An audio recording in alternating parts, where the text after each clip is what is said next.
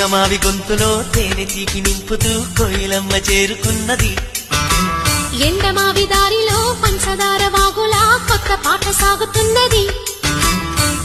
ఒంటరైన గుండెల్లో ఆనందాల అందలతో ఆడే సందడిది.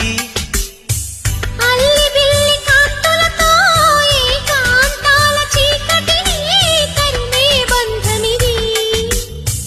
కల తెరగని కలలను చూడు, కంటికి కావలి నేనుంటా. కళ తరగని వెలుగులు నేడు ఇంటికి తోరణమనుకుంటా.